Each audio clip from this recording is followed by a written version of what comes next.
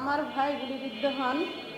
আজ 87 দিন পার হলেও আজ অবধি সরকারের তদন্তকারী সংস্থা আদালতে গ্রহণযোগ্য চার্জশিট দিতে ব্যর্থ হয়েছে।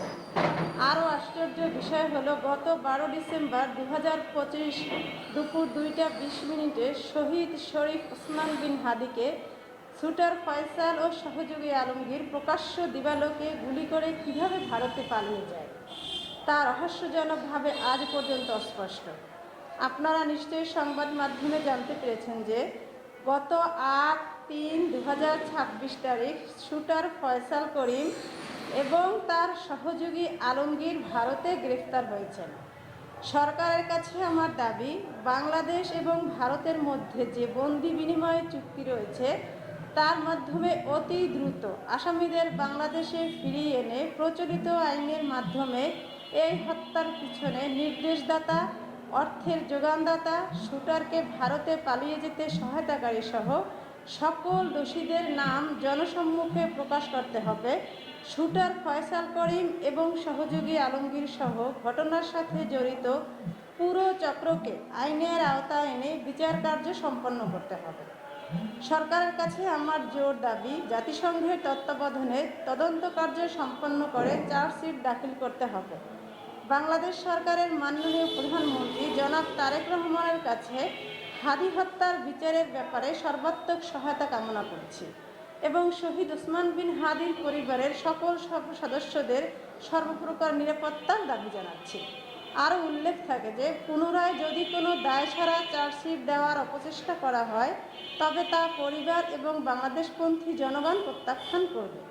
বিচার কার্য নিয়ে যদি কোনো ধরনের নাটক মঞ্চস্থ করার চেষ্টা করা হয় তাহলে বাংলাদেশপন্থী ওসমান প্রিয় সকল শ্রেণী পেশার জনগণকে সাথে নিয়ে সময় উপযোগী যে কোনো কর্মসূচির মাধ্যমে তা রুখে দেওয়া হবে ইনশাআল্লাহ।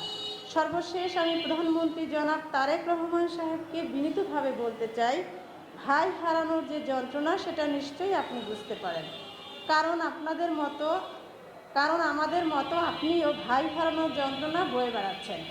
বাংলাদেশে আর কোনো ভাই বোনকে যাতে তার ভাই হারা না হতে হয়, কোনো স্ত্রীকে যেন তার স্বামী হারা না হতে হয়, ফিরনাসকে যেন তার আব্বা হারা না হতে হয়, ফিরনাসের মতো যত অবুঝ শিশুরা আছে কোনো শিশুই যেন তার ফিরনাসের মতন আর 7 মাস বয়সে এতিম না হয়, সেই দাবি সরকারের কাছে জানাচ্ছি। বাংলাদেশে এই রকমের হত্যাকাণ্ড আমরা আর দেখতে চাই না। বাংলাদেশ জিন্দাবাদ, ইনকিলাব জিন্দাবাদ।